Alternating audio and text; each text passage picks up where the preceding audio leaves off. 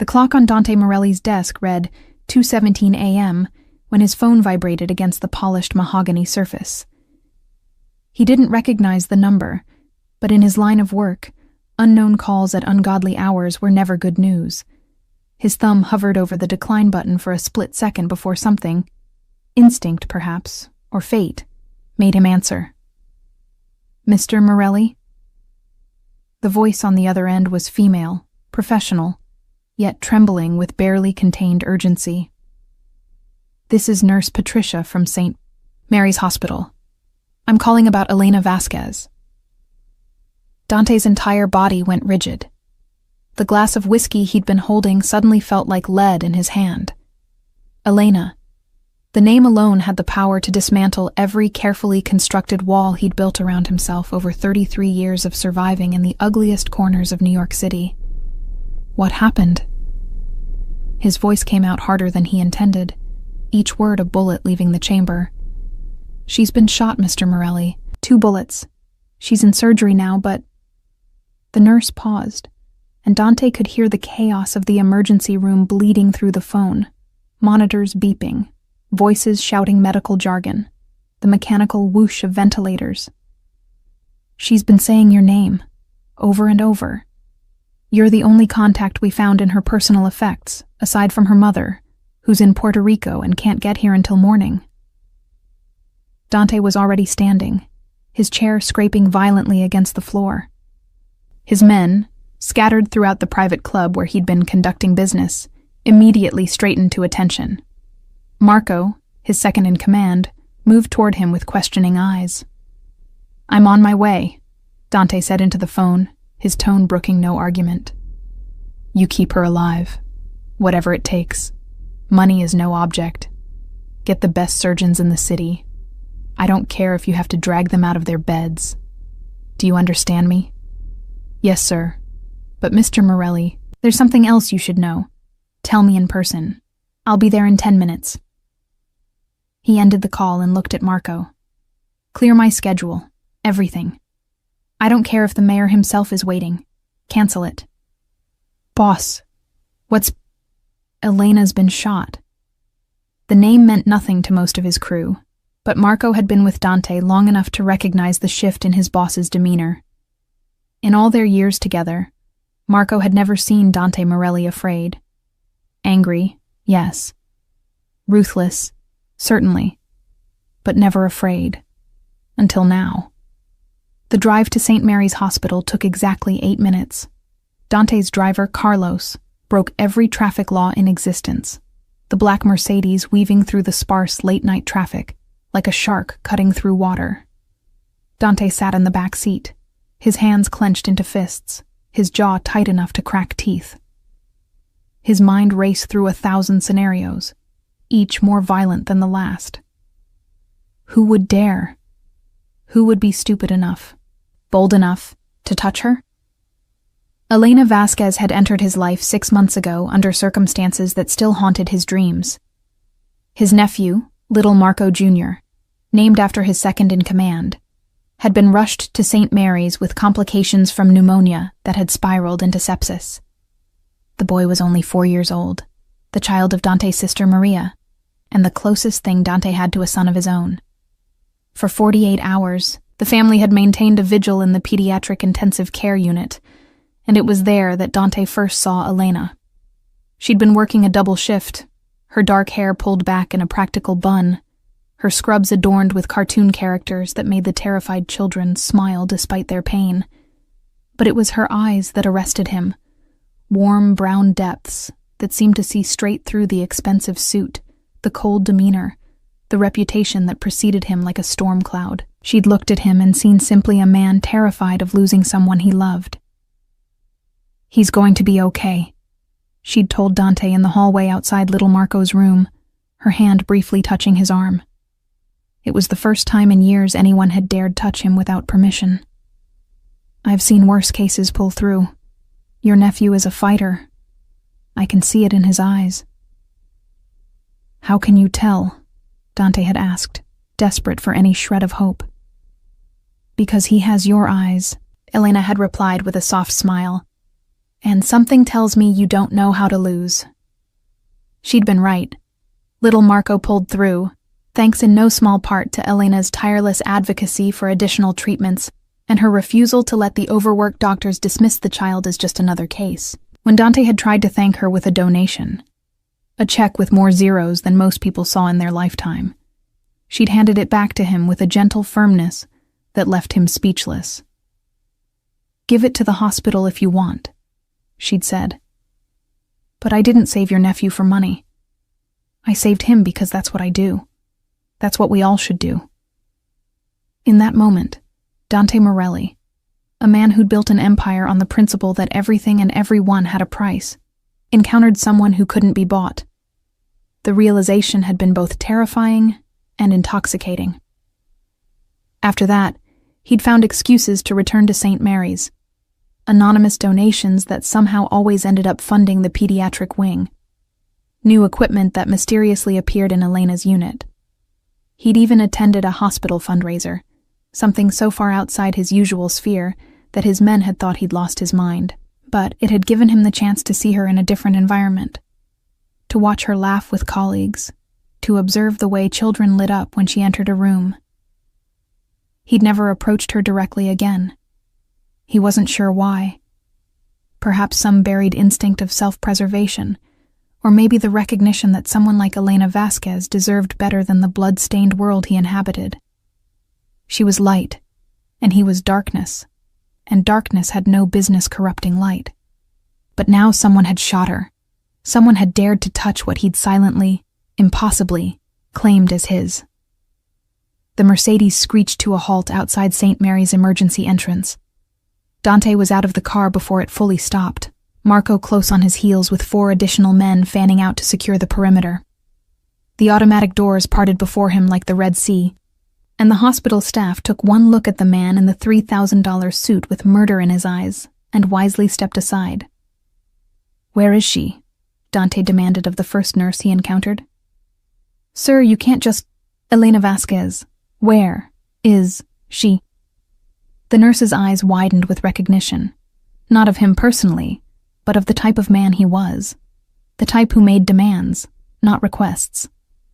"Surgery. 3rd floor. But only family." Dante was already moving toward the elevators, his men forming a protective V behind him. A security guard made the mistake of stepping into his path, one hand raised in a placating gesture.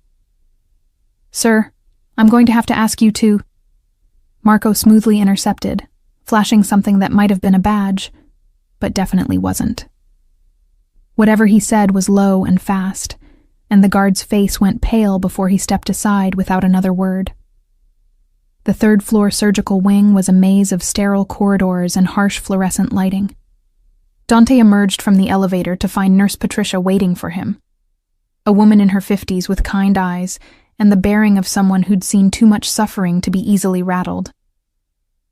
"Mr. Morelli," she said, her voice steady despite the circumstances. "Dr. Richardson is still in surgery with Elena. It's been 2 hours so far. Tell me what happened. Everything." Patricia glanced at the small army of men filling the hallway behind Dante, then seemed to make a decision. "Follow me. We can talk in the family consultation room." The room was depressingly familiar.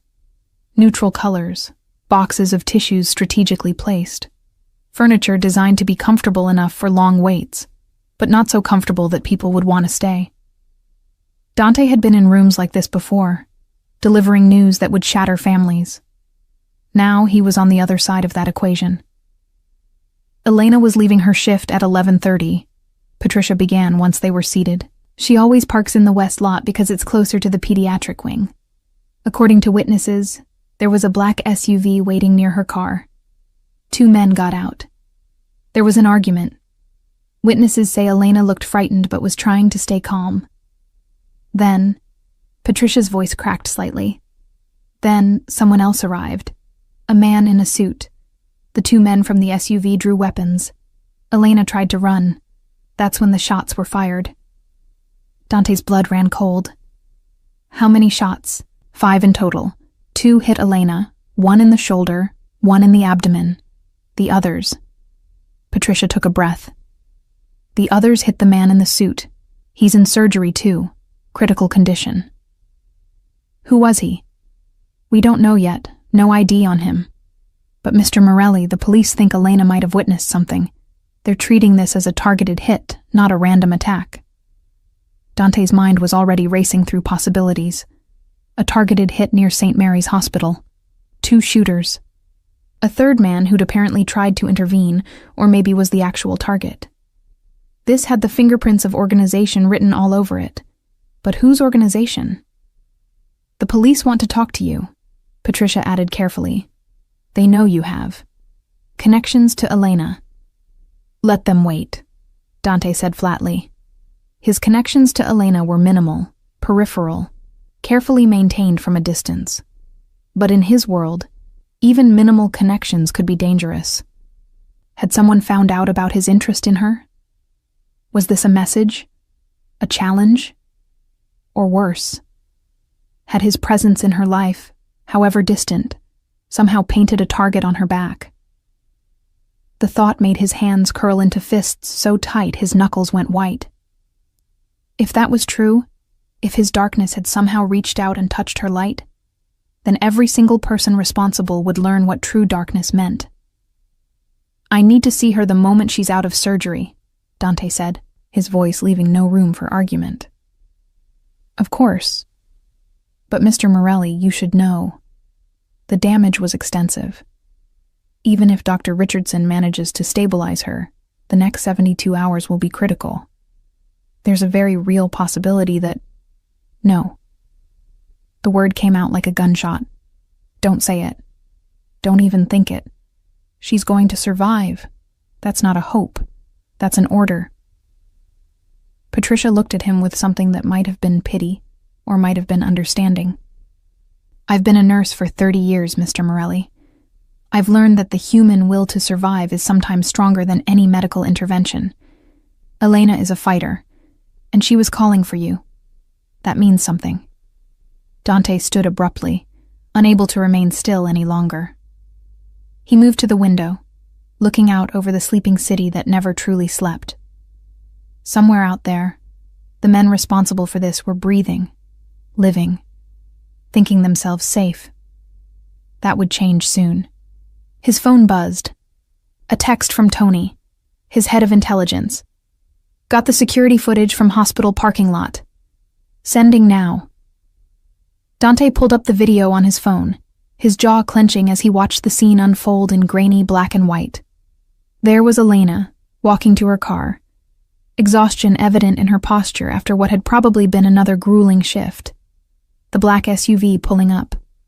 2 men emerging, their faces partially obscured, but their body language spoke of military or professional training.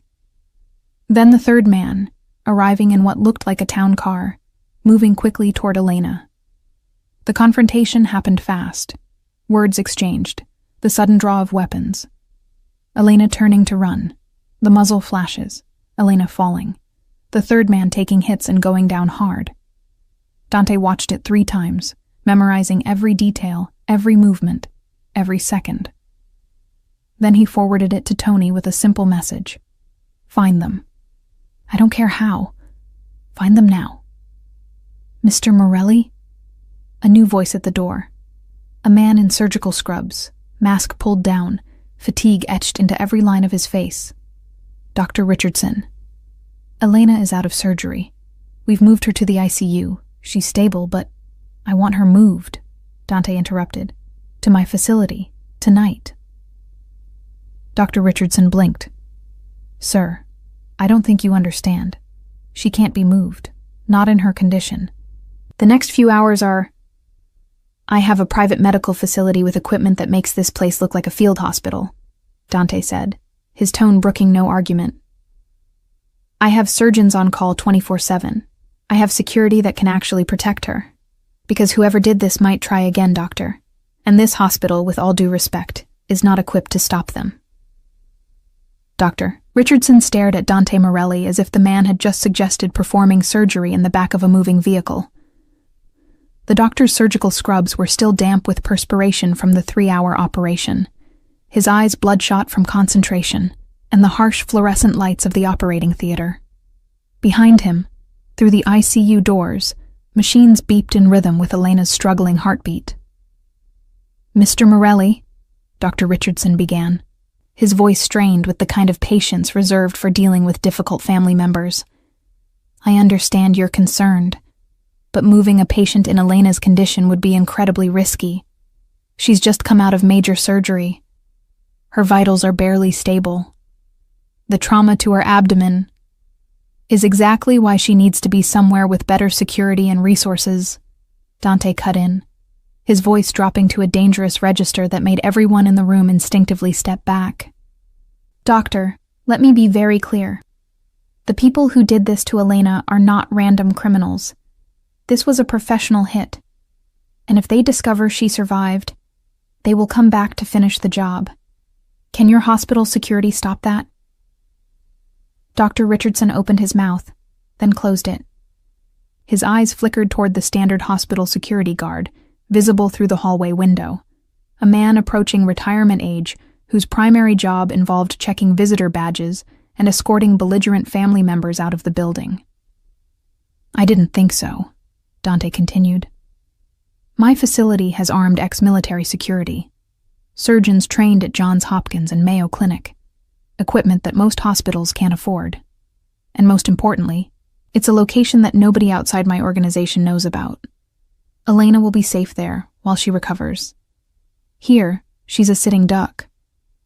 "Even if what you're saying is true," Dr. Richardson argued, though his conviction was clearly wavering, "the medical risk of transport alone will be minimized by the private ambulance with advanced life support that's already en route," Marco interjected smoothly from his position by the door. "ETA 15 minutes. Full medical team on board, including a trauma surgeon in case of complications during transit." Dr. Richardson looked between Dante and Marco, realization dawning in his eyes. "You'd already decided this before you even spoke to me." "I'm not asking for permission, Doctor," Dante said, his tone gentling slightly. "I'm asking for your cooperation to make this as safe as possible for Elena. You care about her. I can see that. Everyone who works with Elena cares about her. So help me protect her." There was a long moment of silence, broken only by the ambient sounds of the hospital. Distant announcements over the PA system, the squeak of wheels on linoleum, the hushed conversations of medical staff changing shifts. Finally, Dr. Richardson sighed, the sound of a man recognizing defeat when it was inevitable. "I'll need to see your facility's credentials," he said, "and I want medical personnel from our team to accompany her during transport and stay with her for at least the first 24 hours. "Done," Dante agreed immediately. "Send whoever you trust. They'll have full access to Elena and all our resources. And if she deteriorates during transport, we bring her back here immediately. No arguments." "Agreed." Dr. Richardson shook his head slowly, as if he couldn't quite believe what he was consenting to. "Give me 20 minutes to prepare her for transport and brief my team. And Mr. Morelli, if anything happens to that woman because of this decision, credentials and resources be damned, I will make it my life's mission to destroy you." Dante met the doctor's eyes without flinching. "If anything happens to her, Doctor, you won't need to. I'll do it myself." As Dr. Richardson disappeared back into the ICU to prepare Elena for transport, Dante turned to Marco. "I want a complete security detail at the facility. 3 teams, rotating 8-hour shifts. Nobody gets in or out without my personal approval. And get Tony working on identifying those shooters. I want names, addresses, family members, favorite fucking coffee shops, everything." "Already on it, boss," Marco confirmed, tapping rapidly on his phone. "But there's something else you need to know. The police are here. Detectives. They're not asking nicely anymore about talking to you." Dante's jaw tightened. Police involvement was inevitable, but inconvenient. The last thing he needed was cops stumbling through his investigation, potentially tipping off whoever was behind the attack. But refusing to cooperate entirely would only make them more suspicious. "Where are they?" Waiting room, main floor, Detectives Sarah Chen and Michael Reeves. Chen's been with NYPD for 15 years, Reeves for 8. Both have solid records, not on anyone's payroll that we know of. A clean cops. That made things both better and worse. Better because they wouldn't be working against him on behalf of a rival organization. Worse because they couldn't be bought or intimidated easily. Tell them I'll give them 10 minutes after Elena is secured, Dante decided. And make sure our lawyers are standing by. I'm not answering anything without representation present. Marco nodded and moved off to make the arrangements, leaving Dante alone in the consultation room with his thoughts. Through the window, he could see the first hints of dawn beginning to lighten the eastern sky. Less than 4 hours ago, he'd been in his club, discussing import schedules and territory disputes, the routine mundanity of running a criminal empire. Now everything had shifted. Elena Vasquez was fighting for her life because of violence that had somehow found her in the one place that should have been safe, her workplace, her sanctuary, the hospital where she dedicated herself to saving others. The irony was bitter and sharp. Dante had spent months carefully maintaining distance from her, convinced that keeping away would keep her safe from the contamination of his world. Apparently the universe had other plans. His phone buzzed. Another text from Tony. ID on third victim. Daniel Castellano, 42, attorney. Works for Whitmore & Associates. Corporate law. No obvious connection to Elena or the shooters. Still digging. Dante frowned at the information. An attorney. Corporate law. That didn't fit the pattern of a random mugging, or even a standard mob hit. Corporate attorneys didn't usually find themselves in the middle of assassination attempts in hospital parking lots, unless they were involved in something much deeper than contract negotiations. He texted back, "Find out what cases Castellano was working, who his clients were, and get me everything on Whitmore & Associates. I want to know if they've ever done work for any of the families." The families being the 5 major organized crime syndicates that controlled New York's underworld. Dante's family was one of them, the Morellis, who'd held territory in Lower Manhattan and the docks for 3 generations. But the other families were always looking for opportunities to expand, to consolidate, to eliminate competition. If one of them had made a move that accidentally caught Elena in the crossfire. The thought ignited a cold fury in Dante's chest. It was one thing to wage war against other criminals who'd chosen this life, who knew the risks and played the game accordingly. It was something else entirely to let that violence spill over onto innocents. There were rules, old rules, about keeping civilians out of the business. Those rules existed for a reason, partly practicality, partly the last vestiges of honor in a dishonorable profession. Whoever had violated those rules would learn what happened when you drew Dante Morelli's attention in the worst possible way. "Boss." Marco had returned, slightly out of breath. "Ambulance is here. Dr. Richardson is ready. They're bringing Elena down now." Dante stood immediately, straightening his jacket. "I want to see her before they transport her." "I don't think... I need to see her, Marco. There was something in Dante's voice that made his second-in-command simply nod and lead the way back to the ICU. They took the stairs rather than wait for the elevator, Dante taking them 2 at a time despite his dress shoes. By the time they reached the 3rd floor, a small convoy was already assembling. Dr. Richardson, 2 nurses, Elena on a gurney surrounded by monitoring equipment, and Dante's private medical team in matching dark blue uniforms that looked more like tactical gear than traditional paramedic attire. Dante approached the gurney slowly, as if sudden movement might shatter something precious. Elena looked impossibly small under the white hospital blankets, her face pale except for the oxygen mask covering her nose and mouth. Her dark hair had come loose from its usual bun, spreading across the pillow in tangled waves. Tubes and wires connected her to various machines, each monitoring a different aspect of her struggle to stay alive. But even unconscious, even broken, there was something inherently resilient about her. The set of her jaw, perhaps, or the way her hands rested at her sides. Not limp in defeat, but merely resting, gathering strength for the next fight. "She's a fighter," Dr. Richardson said, quietly, coming to stand beside Dante. "Stronger than she looks. The damage was extensive, but she held on through surgery even when—" He trailed off, but Dante understood what he wasn't saying, even when we didn't think she would. "How long until she wakes up?" "Hard to say. Could be hours, could be days. We've induced a medical coma to give her body time to heal. When we try to bring her out of it, depends on how well she responds to treatment." Dante reached out, his hand hovering over Elena's for a moment, before he allowed himself to gently touch her fingers. They were cool but not cold, still living, still fighting. "You're going to be okay," he whispered, though he knew she couldn't hear him. "I promise you, Elena, you're going to be okay." He wanted to say more, wanted to tell her that he was sorry, that somehow his world had reached out and hurt her, despite all his efforts to keep her separate from it. Wanted to tell her that he was going to find everyone responsible and make them regret ever being born. Wanted to tell her that somewhere in the past 6 months, she'd become something he didn't have words for, something important enough that her pain felt like his own. But he said none of those things.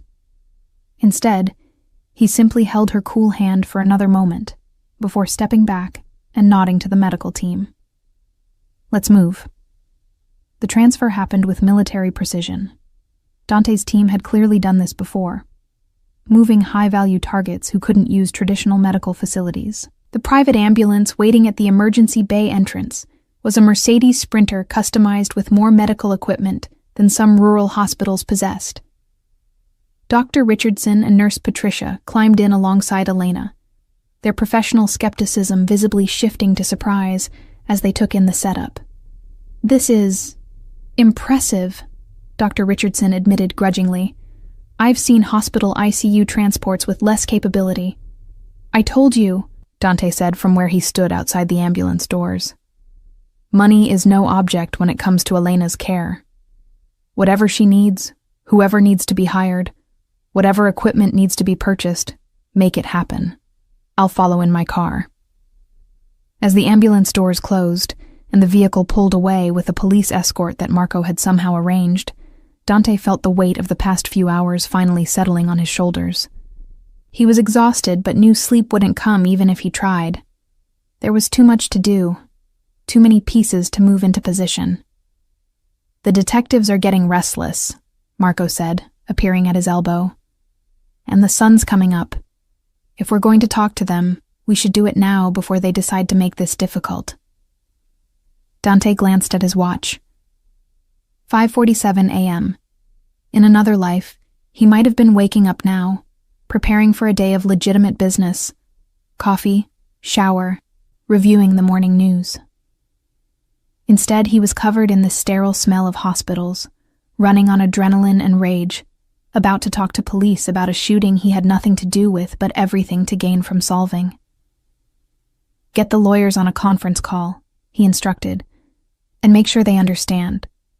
I'm cooperating fully with this investigation. I want whoever hurt Elena found and prosecuted." He paused, a cold smile touching his lips. "Well, found at least. What happens after that depends on how quickly the police move." Marco understood immediately. If the police found the shooters first, there would be arrests, trials, the slow machinery of justice. If Dante found them first, well, there would still be justice, just a different, faster kind. They made their way to the main floor waiting room where Detectives Chen and Reeves had been cooling their heels for the better part of an hour. Chen was a compact Asian woman in her 40s with sharp eyes and sharper instincts, her dark hair pulled back in a no-nonsense ponytail. Reeves was taller, broad-shouldered, with the kind of tired look that came from too many years seeing humanity at its worst. Both detectives stood as Dante entered, their body language professional but wary. They knew who he was. Everyone in law enforcement knew the Morelli name, even if they couldn't prove half the things they suspected. "Mr.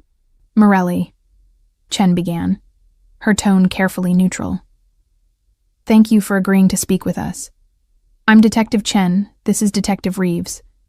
We'd like to ask you some questions about Elena Vasquez and the shooting that occurred in the hospital parking lot last night. Of course, Detective, Dante replied smoothly, gesturing to the chairs. Though I should tell you up front, I wasn't present during the incident, and I'm not sure how much help I can be. Let's start with your relationship to Ms. Vasquez, Reeves said, pulling out a notebook.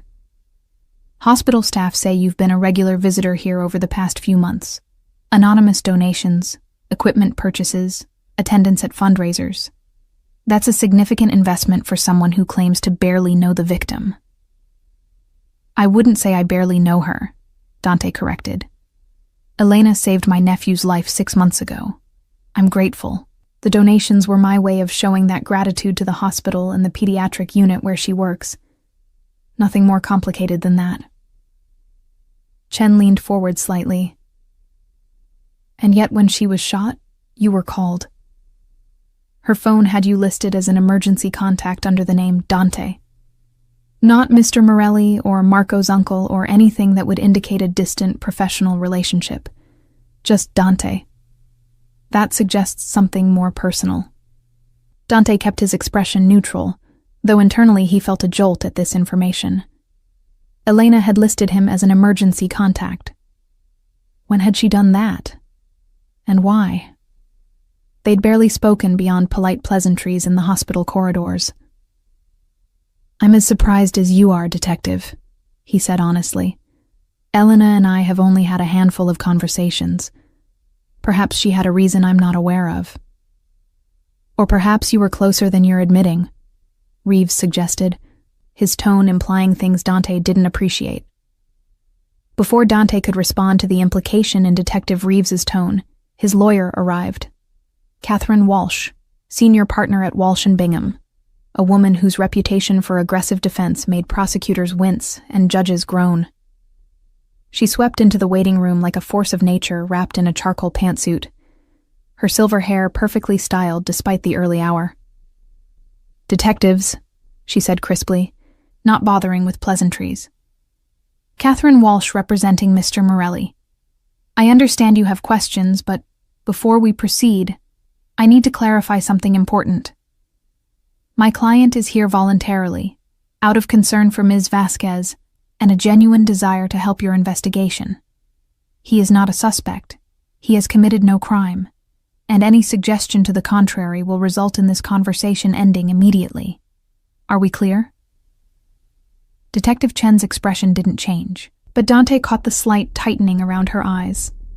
Nobody liked being managed by expensive lawyers, but Chen was professional enough to recognize the game.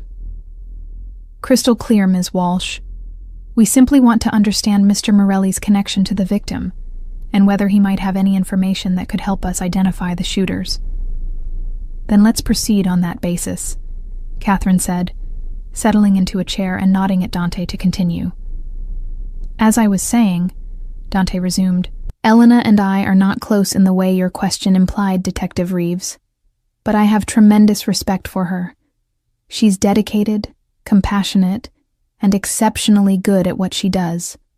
When my nephew was dying, she fought for him like he was her own family. That kind of person is rare in any world, let alone in a place as overwhelmed and underfunded as a public hospital. So, yes, I made donations. And yes, I've been back to the hospital multiple times. But not to pursue Elena romantically or for any other personal agenda, simply to support the work she does. Noble sentiments, Reeves said, his skepticism evident. But you'll forgive us for being thorough. In our experience, when someone with your background takes an interest in a civilian, it rarely ends well for the civilian. Catherine's hand came down sharply on the table. Detective, that borders on slander. My client's background consists of legitimate business interests in import-export, real estate, and hospitality. If you have evidence of criminal activity, charge him. If not, stick to questions relevant to this investigation. Chen shot her partner a warning look before turning back to Dante. Let's approach this differently. Mr. Morelli, do you have any idea why someone would target Elena Vasquez? Any enemies she might have mentioned? Any unusual incidents or threats in recent weeks? Dante shook his head. Elena doesn't have enemies, Detective. She's a pediatric nurse. She spends her days saving children and comforting worried parents. The very concept of someone wanting to hurt her is absurd. And yet someone did, Chen pointed out. 2 professional shooters in a hospital parking lot. This wasn't random, Mr. Morelli. The preliminary investigation suggests Elena may have witnessed something significant enough to warrant silencing her. This aligned with what Nurse Patricia had mentioned earlier. What kind of something? Reeves consulted his notebook. We're still piecing that together. But there's a complication. The 3rd victim, Daniel Castellano, the attorney who was also shot. He's connected to a case involving Senator Richard Harwood. Castellano was preparing to testify before a grand jury about financial irregularities in some of the senator's campaign funding. Dante's mind immediately began connecting dots. Senator Harwood was a political fixture in New York, 3 terms in office, chairman of several influential committees, and widely rumored to have connections to various criminal enterprises. If Castellano was preparing to testify against him, and if Elena had somehow witnessed something related to that. You think the hit was meant for Castellano, Dante said slowly, and Elena was collateral damage. That's one theory, Chen confirmed, though there's another possibility. Hospital security footage shows Elena arriving at her car first. Castellano appeared maybe 30 seconds later. The shooters were already in position, waiting. It's possible Elena saw something she shouldn't have.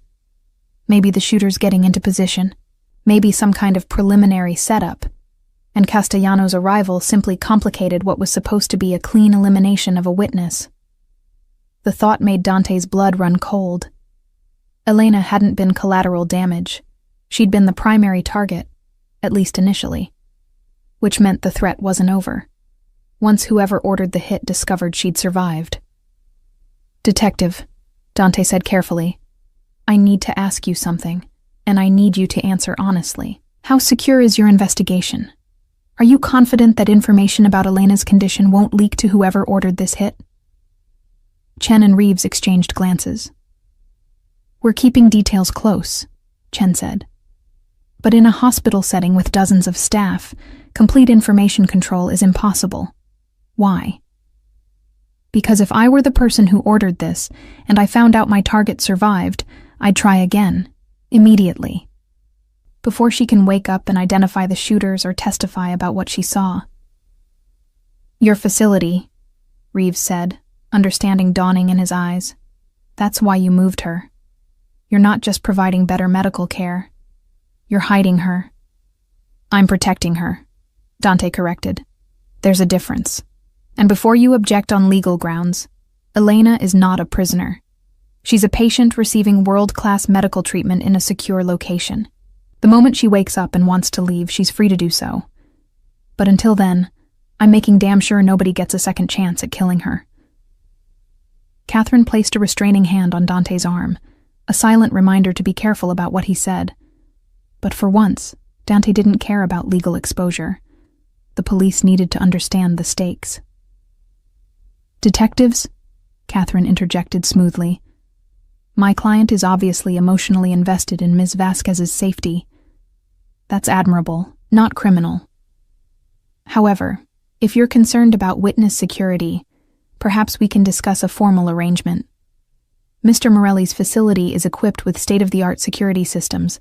With proper oversight from your department, it could serve as an effective protective location until Ms. Vasquez recovers enough to provide a statement.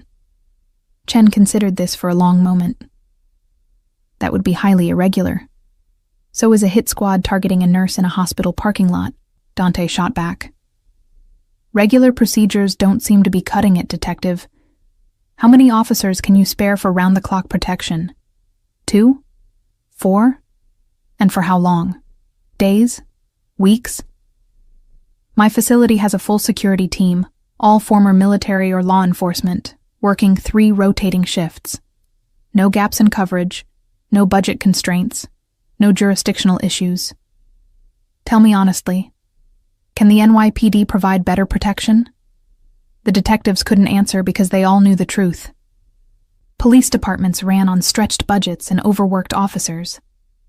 Providing the level of security Elena would need for an extended period simply wasn't realistic, especially if this case dragged on as investigations involving powerful politicians typically did. We'd need access, Chen said finally. Regular check-ins with Ms. Vasquez once she's conscious, updates on her medical condition, and if she chooses to leave your facility, that happens without interference. Agreed to all of it, Dante said immediately. Detective, I want the people who did this caught and prosecuted, but more than that, I want Elena safe. If working with your department helps accomplish both those goals, I'm all in. Reeves still looked skeptical, but Chen seemed to be calculating the practical benefits. We'll need to run this by our lieutenant, but provisionally, we can work with this arrangement. In the meantime, Mr. Morelli, if you think of anything else that might help our investigation, I'll call immediately, Dante promised. As the detectives gathered their materials and prepared to leave, Chen paused at the door. Mr. Morelli, a word of advice. Whatever you're planning to do outside official channels, don't. We know your reputation. We know you have resources and connections we can't match. But if you go down that road, you'll compromise our investigation and potentially any future prosecution. Let us do our jobs. Dante met her gaze steadily. Detective, I have no idea what you're implying. I'm just a concerned citizen trying to help a friend in need. Chen's expression said she didn't believe that for a second, but she simply nodded and left with her partner. Once they were gone, Catherine turned to Dante with a mixture of exasperation and professional concern. Dante, please tell me you're not planning to do something stupid. Define stupid. Anything that involves violence, intimidation, or actions that could be construed as obstruction of justice. Dante stood, adjusting his jacket. Catherine, you've been my lawyer for 12 years. Have I ever done anything you'd consider stupid? Yes, frequently, which is why you keep me on retainer.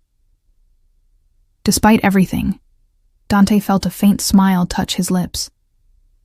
Fair point, but in this case, I promise I'll be careful. Elena's safety is the priority. Everything else is secondary. See that it stays that way, Catherine said, though her tone suggested she knew she was fighting a losing battle. And Dante? The fact that she listed you as an emergency contact, that matters, whether you want to admit it or not. After Catherine left, Dante stood alone in the waiting room as dawn fully broke outside the windows, painting the city in shades of gold and amber. His phone buzzed continuously with updates. Marco confirming Elena's arrival at the facility, Tony sending preliminary reports on the shooters' identities, various underbosses checking in about the disruption to normal business operations. But Dante ignored all of it for a moment, focusing instead on the strange feeling in his chest. He'd built his life on control, controlling situations, people, outcomes. He'd learned early that emotion was weakness, that attachment made you vulnerable, that caring about anything too much gave your enemies leverage. Elena Vasquez had somehow slipped past every defense he'd constructed, becoming important to him without his permission or conscious awareness. And now she was fighting for her life because the violence he'd spent years containing had spilled over onto her anyway. The rational part of his brain knew this wasn't his fault.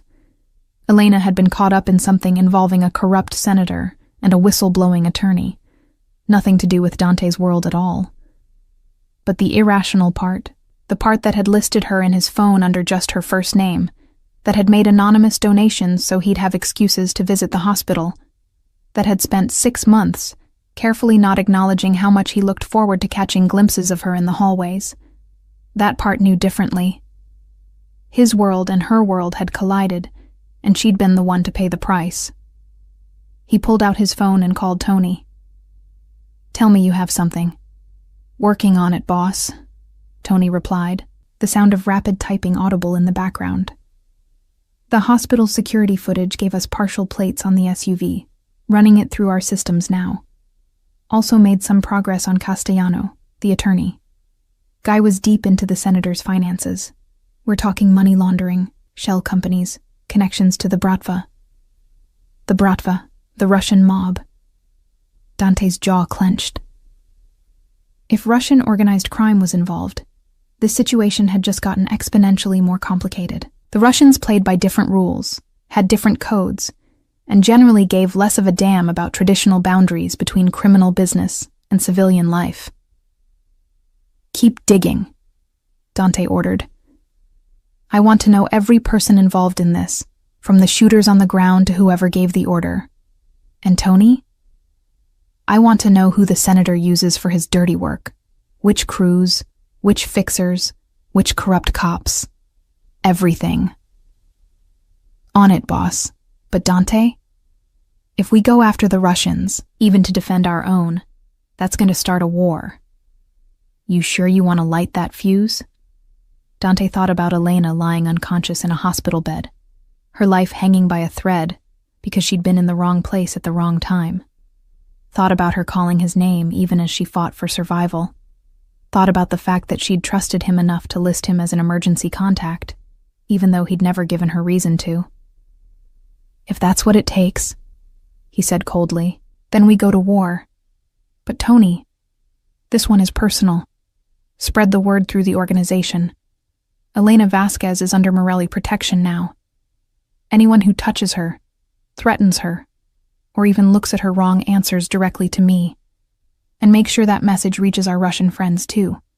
They need to understand what happens when they mistake a nurse for acceptable collateral." "Understood, boss. I'll put out the word." As Dante ended the call and headed toward the exit where his car waited, he made himself a promise. Elena had saved his nephew's life once. Now he would save hers, no matter what it cost him. And once she was safe, once she'd recovered, he'd do something he should have done months ago. He'd tell her the truth about who he was, not the sanitized version he presented to the public, not the businessman facade he wore like armor. The real truth. What he did, the blood on his hands, the darkness he'd chosen to inhabit. And then he'd walk away, because someone like Elena deserved better than what his world could offer. But first, he had some Russians to find. The Morelli private medical facility occupied 3 floors of what had once been a boutique hotel in Tribeca. From the outside, it looked like any other renovated historical building in the neighborhood. Elegant brick facade, carefully restored period details, the kind of place that would house expensive lofts or a trendy tech startup. Nothing about it suggested the state-of-the-art medical center hidden inside, complete with operating rooms, ICU beds, and equipment that rivaled the best hospitals in Manhattan. Dante arrived 40 minutes after Elena's ambulance, having stopped at his apartment to shower and change. The blood-tinged smell of the hospital had been clinging to him, a constant reminder of how close Elena had come to dying. Now, dressed in fresh clothes and running on nothing but black coffee and adrenaline, he made his way through security checkpoints that would have impressed a head of state. Dr. Richardson and Nurse Patricia were standing outside Elena's room when Dante arrived on the 3rd floor, deep in conversation with Dr. Yuki Tanaka, the head of Dante's medical staff. Tanaka was a brilliant trauma surgeon who'd left a prestigious position at Johns Hopkins after becoming disillusioned with hospital bureaucracy and insurance company interference. Dante paid her 3 times what she'd made at Hopkins and gave her complete autonomy in medical decisions, an arrangement that had saved more than a few lives over the years, though rarely under circumstances this personal. "Mr. Morelli," Dr. Tanaka greeted him, her expression professionally neutral. "I've been reviewing Ms. Vasquez's case with Dr. Richardson. The surgery was excellent work, and the transport went smoothly. She's stable. All vitals are within acceptable ranges considering the trauma. I'm optimistic about her recovery, though the next 48 hours remain critical. Can I see her? Of course. But I should warn you, she's still in a medically induced coma. She won't be able to hear you or respond." Dante nodded and moved toward the door, then paused. "Dr. Richardson, Nurse Patricia, thank you for saving her life and for trusting me enough to allow this transfer." I know it wasn't an easy decision."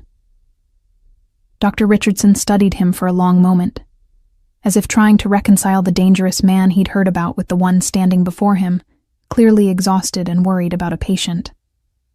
"She matters to you," he finally said. "That much is obvious. Just make sure you're protecting her for the right reasons, Mr. Morelli. Elena deserves that." "She deserves a lot more than what my world can offer," Dante replied quietly. "But protection is something I can actually provide."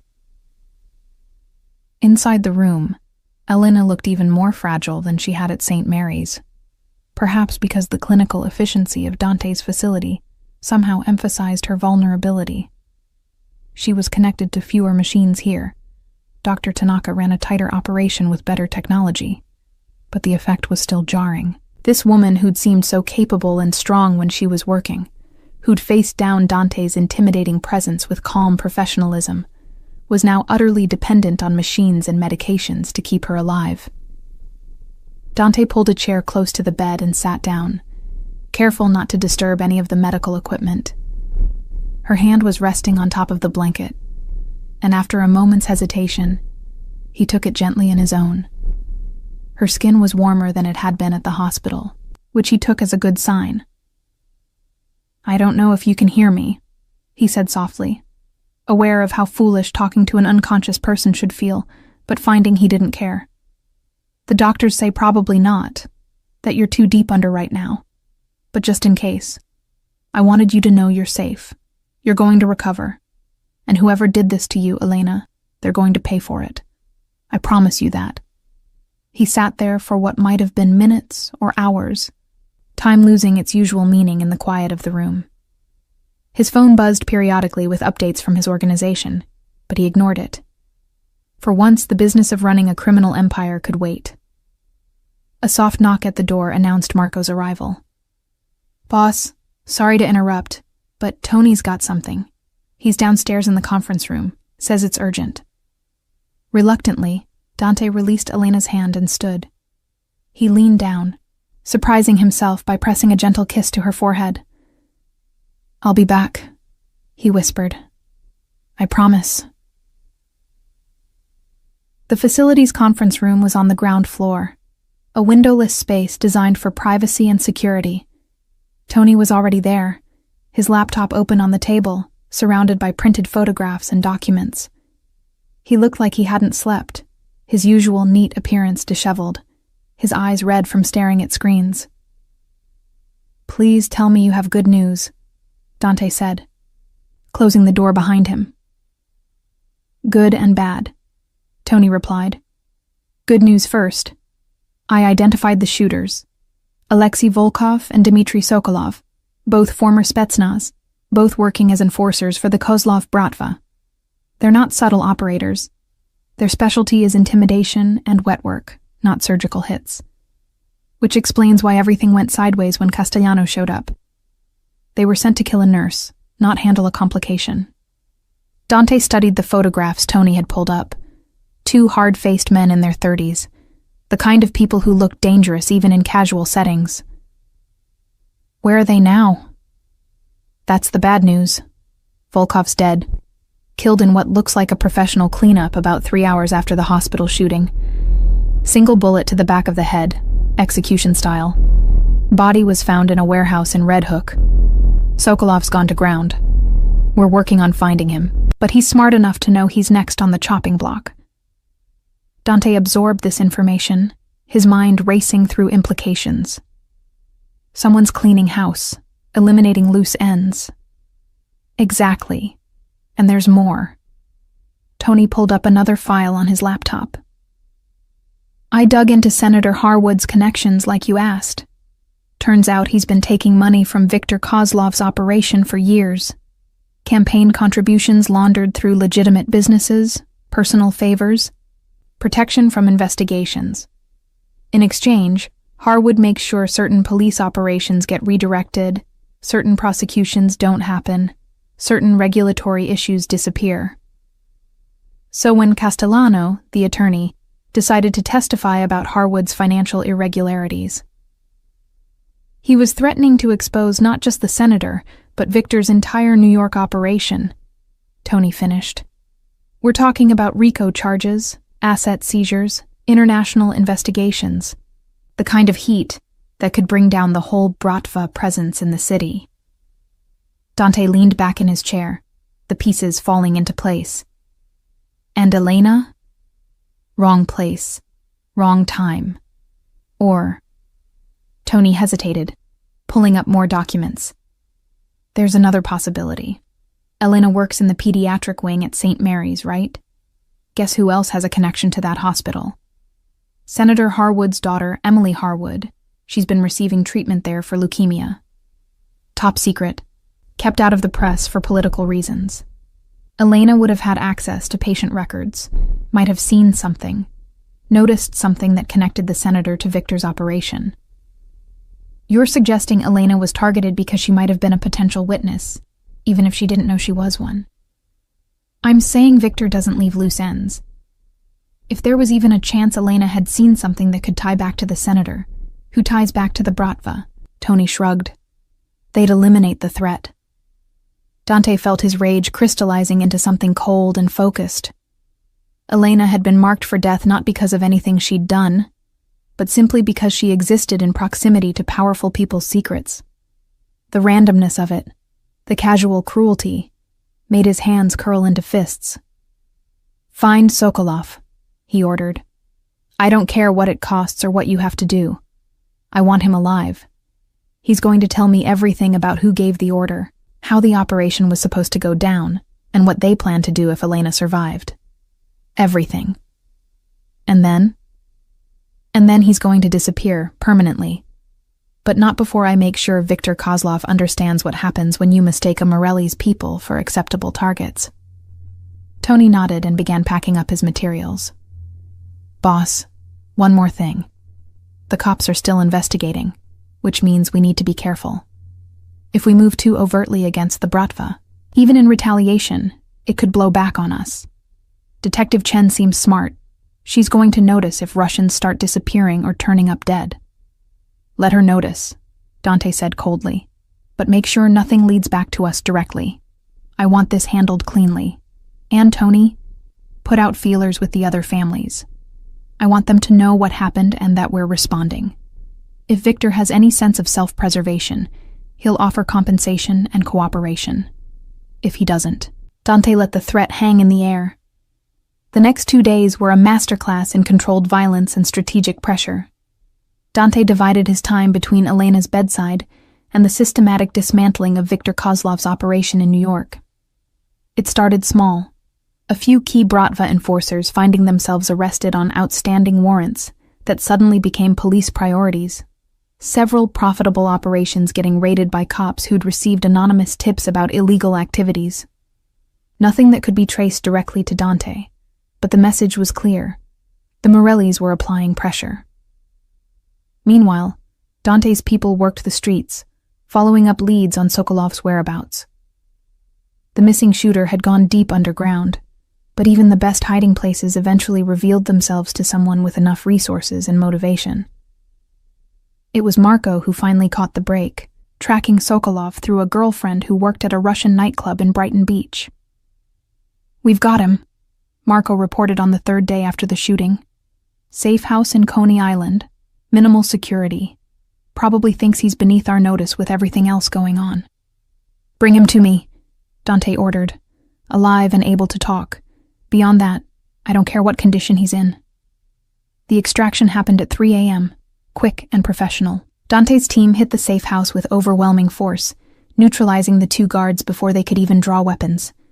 Sokolov tried to run, but made it less than half a block before being tackled and zip-tied. By 4 a.m., he was in one of Dante's warehouses in Red Hook, the same neighborhood where his partner Volkov's body had been found.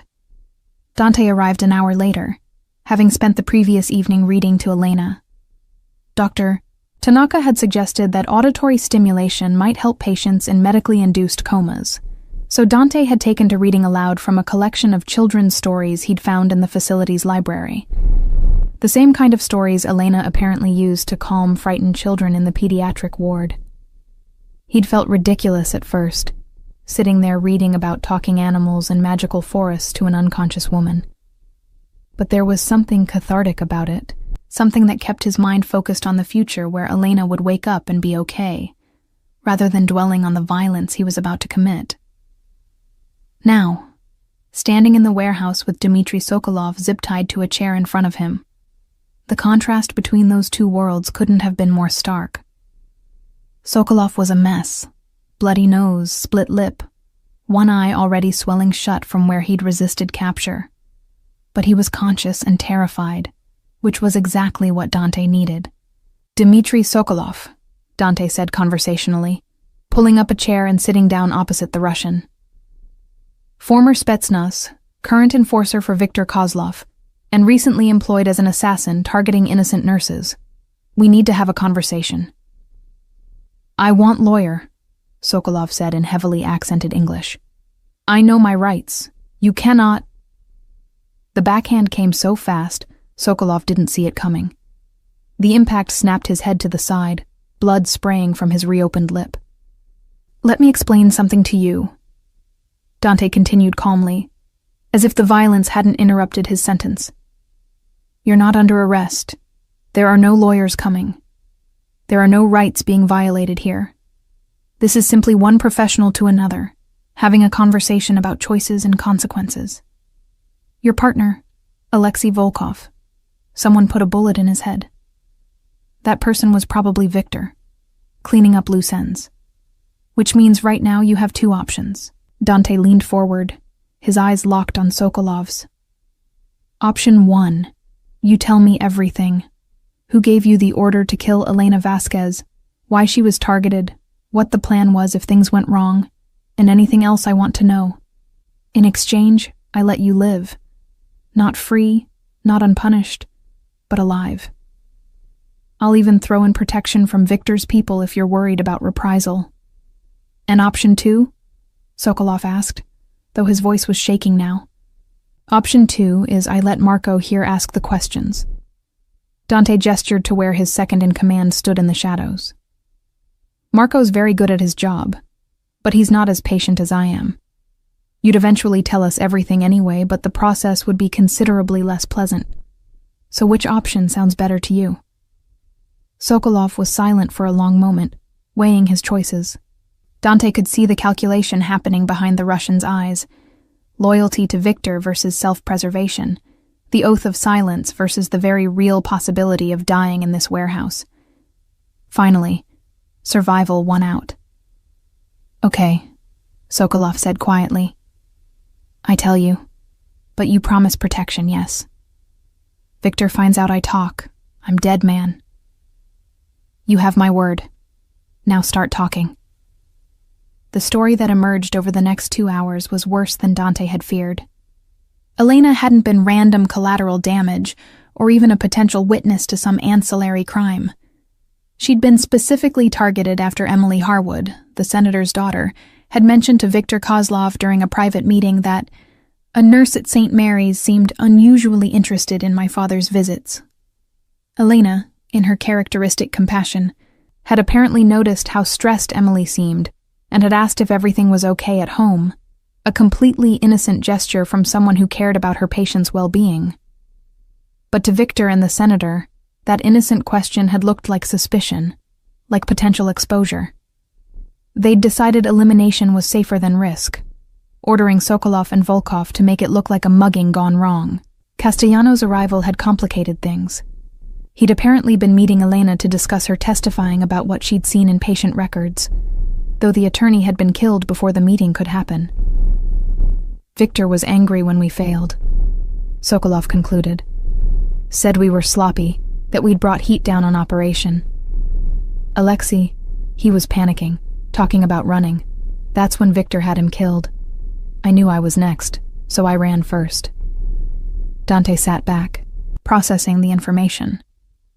Elena had been condemned to death for showing compassion, for doing her job well, for being the kind of person who noticed when others were in distress. The injustice of it made his blood boil. "One more question," Dante said. "Where does Victor operate from? I'm not talking about his public businesses. Where does he actually run his empire? Sokolov hesitated, and Dante saw the moment the Russian realized he'd already gone too far to stop now. Brighton Beach. Private club called Zoloto. Gold, in English. Has office and back, very secure. But Mr. Morelli, you cannot just walk in there. Victor has many guards, many connections. Even you. Let me worry about that. Dante cut him off. He stood and nodded to Marco. Get him secured somewhere safe. Medical attention, food, whatever he needs. But nobody knows where he is except us. If Victor's people come asking, Sokolov's dead, body dumped in the harbor. Understood? Yes, boss. As Marco led the prisoner away, Dante pulled out his phone and sent a text to Tony. Need a meeting with the other families. Tomorrow, neutral ground. Topic: Russian overreach and appropriate response. The 5 families, the major organized crime syndicates that controlled New York's underworld, didn't meet often. Their interests were usually more aligned toward competition than cooperation. But there were certain situations that transcended individual territory disputes. Civilians being targeted for death simply for doing their jobs? That was the kind of thing that could unite even traditionally rival organizations, if only because it threatened the delicate balance they'd all worked to maintain. If Dante was going to move against Viktor Kozlov and the Bratva, he needed to do it with the other family's blessing, or at least their neutrality. Otherwise, he'd be starting a war on 2 fronts, against the Russians, and potentially against Italian families who might see an opportunity to move against the Morellis while Dante was distracted. But first, he needed to check on Elena. Dr. Tanaka intercepted Dante as he stepped off the elevator onto the 3rd floor, her expression carefully controlled in the way of medical professionals delivering significant news. For a heart-stopping moment, Dante thought something had gone wrong, that Elena's condition had deteriorated, that he was too late. She's awake, Dr. Tanaka said, and Dante felt the tension drain from his shoulders so suddenly he almost staggered. We started bringing her out of the induced coma this morning. She regained consciousness about an hour ago, confused, as expected, but responsive and lucid. Vitals are stable. Mr. Morelli, she's asking for you. Dante didn't trust himself to speak. He simply nodded and moved toward Elena's room, his heart doing something complicated and unfamiliar in his chest. Behind him, he heard Dr. Tanaka add, "Don't tire her out. She's still very weak and needs rest. 15 minutes maximum." Elena was propped up slightly in bed, the ventilator removed and replaced with a simple oxygen cannula. Her face was still pale, dark circles under her eyes testament to the trauma her body had endured. But her eyes were open, those warm brown eyes that had haunted Dante's thoughts for 6 months, and they tracked to him the moment he entered the room. "Dante," she said, her voice rough from the breathing tube. "They told me that I'm not at St. Mary's anymore." He approached slowly, as if sudden movement might shatter this fragile moment. "You're at a private medical facility. You were shot, Elena. 3 days ago, in the hospital parking lot. Do you remember?" Her eyes closed briefly, and when they opened again, there was pain in them that had nothing to do with physical injuries. "I remember. 2 men. They were waiting by my car. They asked me about Emily Harwood, about what I'd seen in her patient files. I told them I didn't know what they were talking about, that I couldn't discuss patients." She paused, breathing carefully around the pain. "Then there was another man. He tried to help me, and then gunshots. I remember falling. Pain, and then nothing until I woke up here." Dante pulled the chair close to her bedside, taking her hand gently in his. "The other man was Daniel Castellano, an attorney. He was killed. But you survived, Elena. You're going to be okay. How did I end up here? Where is here exactly?" This was the conversation Dante had been dreading. How did he explain without lying, but also without revealing too much? "This is a private medical facility that I own. After the shooting, I had you transferred here where you could receive better security and care. The doctors at St. Mary's agreed it was the safest option. Elena studied his face, and Dante could see her working through the implications. Security, because the men who shot me might try again. They won't get the chance, Dante said firmly. The shooters are no longer a threat. One is dead, the other is in protective custody, and the people who ordered the attack. He paused, choosing his words carefully. Let's just say I've made it very clear what happens to anyone who tries to hurt you. Something shifted in Elena's expression. Not fear exactly, but a kind of wary understanding. Who are you, Dante? Really? Because I don't think you're just a grateful uncle who makes generous donations to hospitals. He'd known this moment would come, had prepared for it, but it was still harder than he'd expected to find the right words. You're right. I'm not. Elena, my full name is Dante Morelli. Does that name mean anything to you? He saw recognition dawn in her eyes, followed by a complex mix of emotions he couldn't quite read. Morelli. Like the crime family. Like the mob. It wasn't a question. Yes. I'm the head of the Morelli family.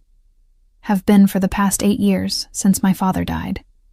I run an organization involved in various illegal enterprises. Import-export, mostly. Along with some other businesses I'm not proud of. I'm not a good man, Elena. I've done things that would horrify you. Hurt people.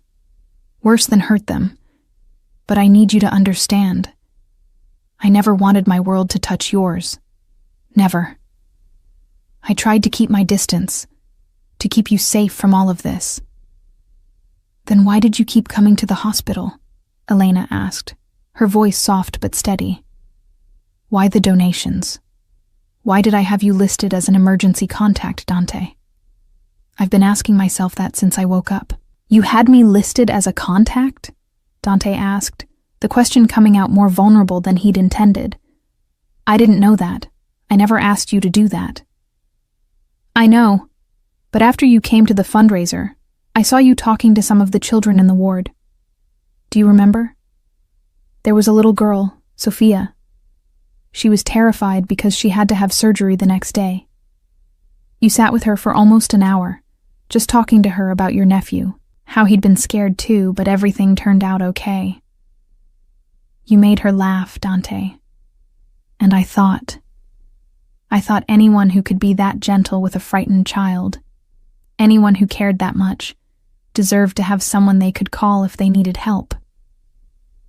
Dante felt something crack open in his chest. Elena, I don't deserve... Maybe not, she interrupted, surprising him with her directness. But deserving and needing aren't the same thing.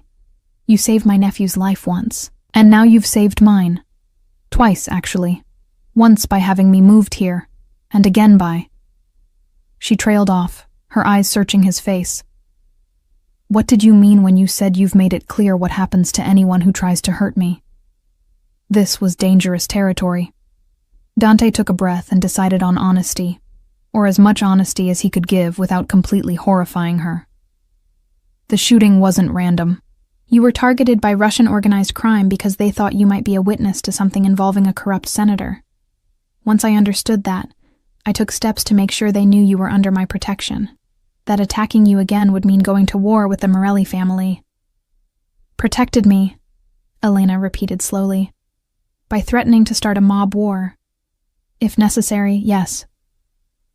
She was quiet for a long moment, her fingers moving slightly against his, where their hands were still joined. The doctors told me I was saying your name, when I was unconscious, fighting to stay alive. They said I kept calling for you. Do you know why that is, Dante? He shook his head, not trusting his voice. Because somewhere in the back of my mind, even unconscious, I knew you would come, Elena said softly. I knew you would make sure I was safe. I've known for months that there was something between us, some connection I couldn't explain. Every time you came to the hospital, I could feel you watching me from across the room, Every anonymous donation that arrived, I knew it was from you.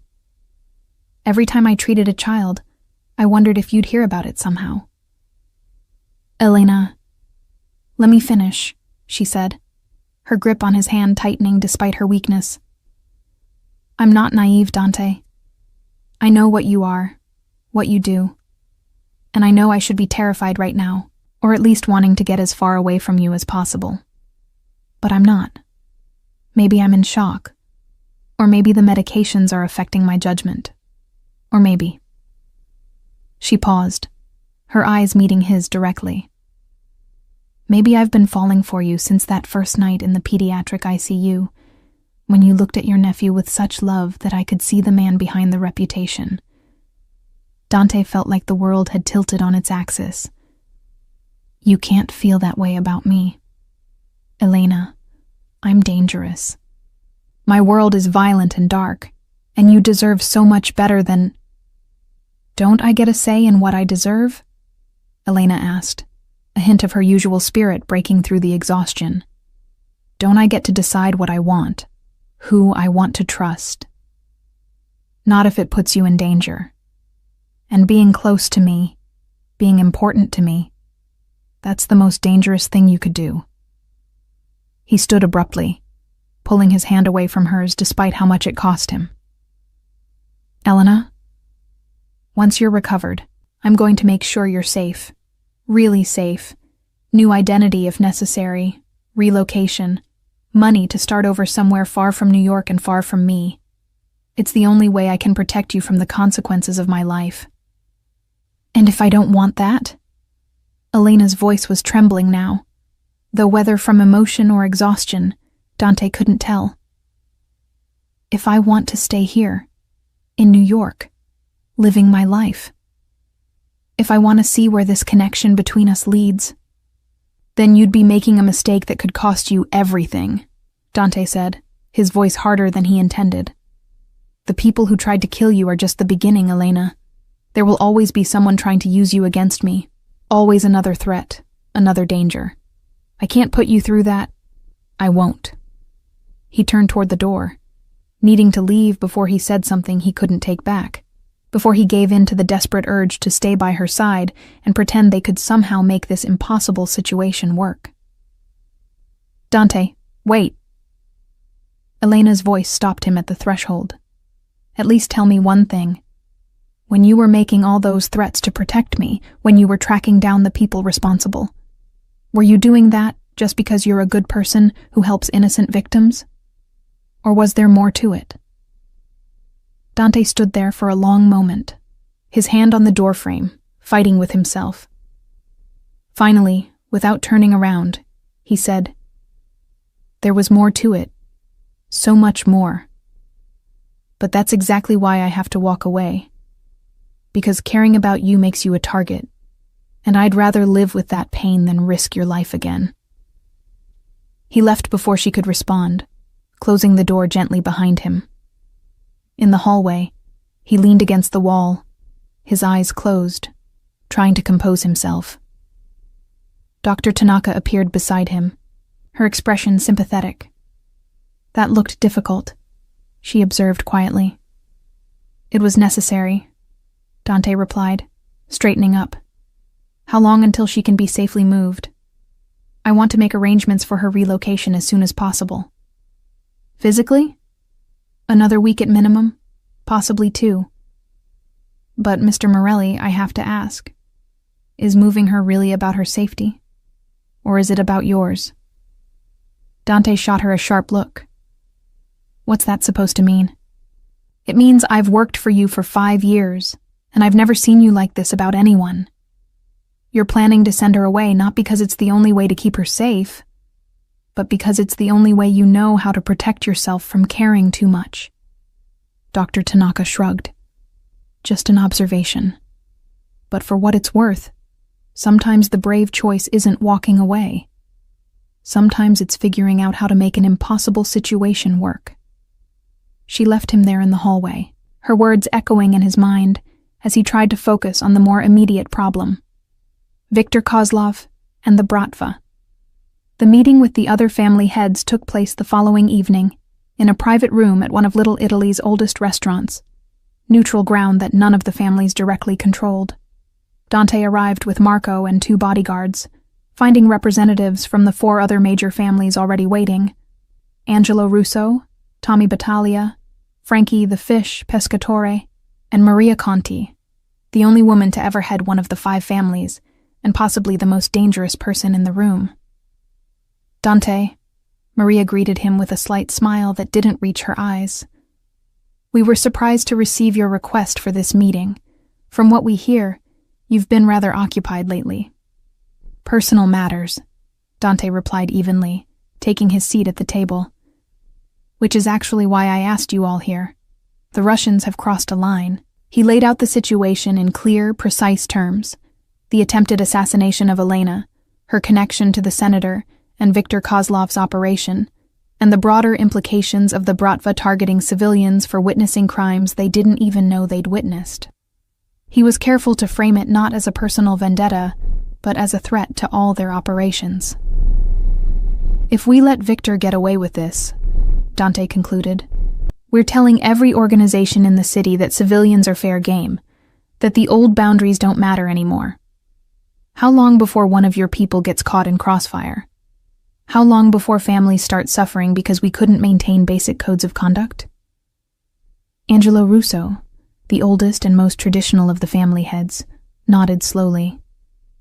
"The boy makes a good point. There's a reason we've always kept civilians out of our business. Start targeting nurses and teachers and accountants just because they might have seen something, and pretty soon the whole city turns against us. The cops get public support for crackdowns. Politicians make examples of us. It's bad for everyone." "But," Tommy Battaglia countered, "declaring war on the Bratva over one woman? That's a steep price for principle, Dante. Viktor's operation brings in millions every year. He's got connections to Eastern European networks we can't match. You really want to pick that fight?" "I'm not asking permission to go to war," Dante said carefully. "I'm informing you that I'm moving against Viktor with or without your support. But if the 5 families present a united front on this, Viktor will back down. He's not stupid. He knows he can't fight all of us simultaneously and survive. Give me your backing, and this ends without a shot being fired.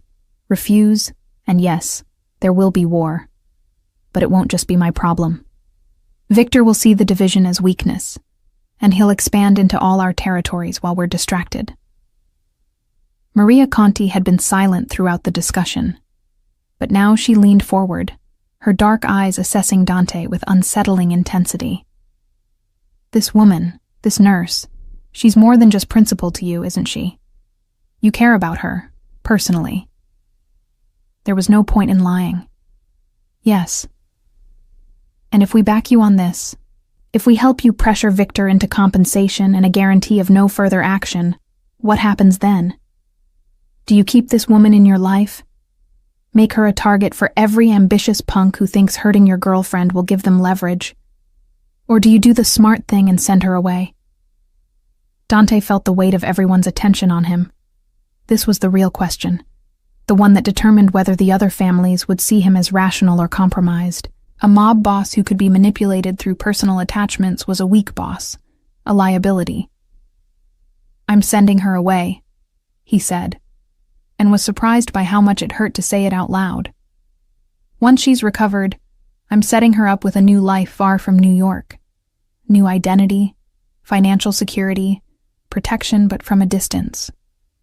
She'll be safe, and she'll be free of any connection to me or this life." Maria studied him for another long moment, then nodded. "All right, I'll support your move against Viktor. Not because I give a damn about your personal life, but because he's right." She gestured to Angelo. "The Russians are getting too bold. Better to remind them now where the boundaries are." One by one, the other family heads agreed. Not enthusiastically, but with enough consensus that Dante knew he had what he needed. They would approach Viktor together, make it clear that his actions were unacceptable, and that further moves against Elena or any other civilians would result in a united response from the Italian families. It was more than Dante had hoped for, and exactly what he'd needed. The meeting with Viktor Kozlov happened 2 days later, in yet another neutral location. This time a warehouse in Queens that had seen its share of negotiations over the years. Viktor arrived with his own entourage, a bear of a man in his 50s with cold eyes and a reputation for ruthlessness that matched Dante's own. "Morelli," Viktor greeted him in heavily accented English. "I hear you've been making waves, killing my men, disrupting my operations. This is not friendly behavior between business associates." "We're not associates," Dante replied coldly. "Associates don't target civilians. Your men tried to kill a nurse, Viktor. An innocent woman whose only crime was being good at her job. That violates every code we operate under." Viktor waved a dismissive hand.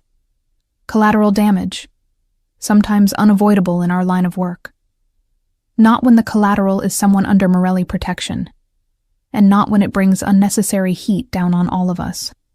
Dante leaned forward. "Here's how this is going to work. You're going to make a formal apology to the 5 families for overstepping. You're going to pay compensation, $2 million to be split among various civilian protection funds we'll establish. And you're going to guarantee, on pain of your entire operation being dismantled, that Elena Vasquez and anyone else she cares about are completely off limits. Forever." "And if I refuse?" Viktor asked, though his tone suggested he already knew the answer. "Then the 5 families move against you together. Your operations get shut down, your people get arrested or worse, and your connections back to Moscow won't be able to help you fast enough. You're a smart man, Viktor. Do the math." The silence stretched for a long moment before Viktor finally nodded, his expression sour. "Fine. 2 million formal apology. The woman is untouchable. But Morelli, you should know, this kind of weakness, caring about civilians, it will get you killed someday. Men like us, we don't get happy endings." "Maybe not," Dante agreed. "But at least I'll die knowing I tried to protect something good instead of just destroying it." As he left the warehouse, Dante felt the weight of the past week finally catching up to him. It was done. Elena was safe, truly safe now, protected by agreements that transcended any single family or organization. Viktor would honor the deal because the alternative was his own destruction, and the other families would enforce it because they'd all agreed to it. Now came the hard part, keeping his promise to send Elena away. Elena was sitting up when Dante returned to her room at the facility, color finally returning to her cheeks. 2 weeks had passed since the shooting, and Dr. Tanaka had declared her recovery remarkable, though still requiring another week of monitored care before she'd be medically cleared to leave. Physical therapy had begun, helping Elena regain strength after the extended bed rest. She looked up when Dante entered, and something in her expression told him she'd been expecting him. "You've been avoiding me," she said without preamble. "Dr. Tanaka said you've been checking on my condition but only coming by when I'm asleep or in therapy." Dante couldn't deny it. "I've been handling business, making sure the threat against you is neutralized." "Is it?" Elena asked. "Neutralized?" "Yes, completely. You're safe now, Elena. The people who wanted to hurt you have been dealt with, and I've secured agreements that guarantee your protection going forward. No one from the Russian organization or anyone else will come after you." Relief flickered across her face, but it was quickly replaced by something more guarded. "That's good, thank you.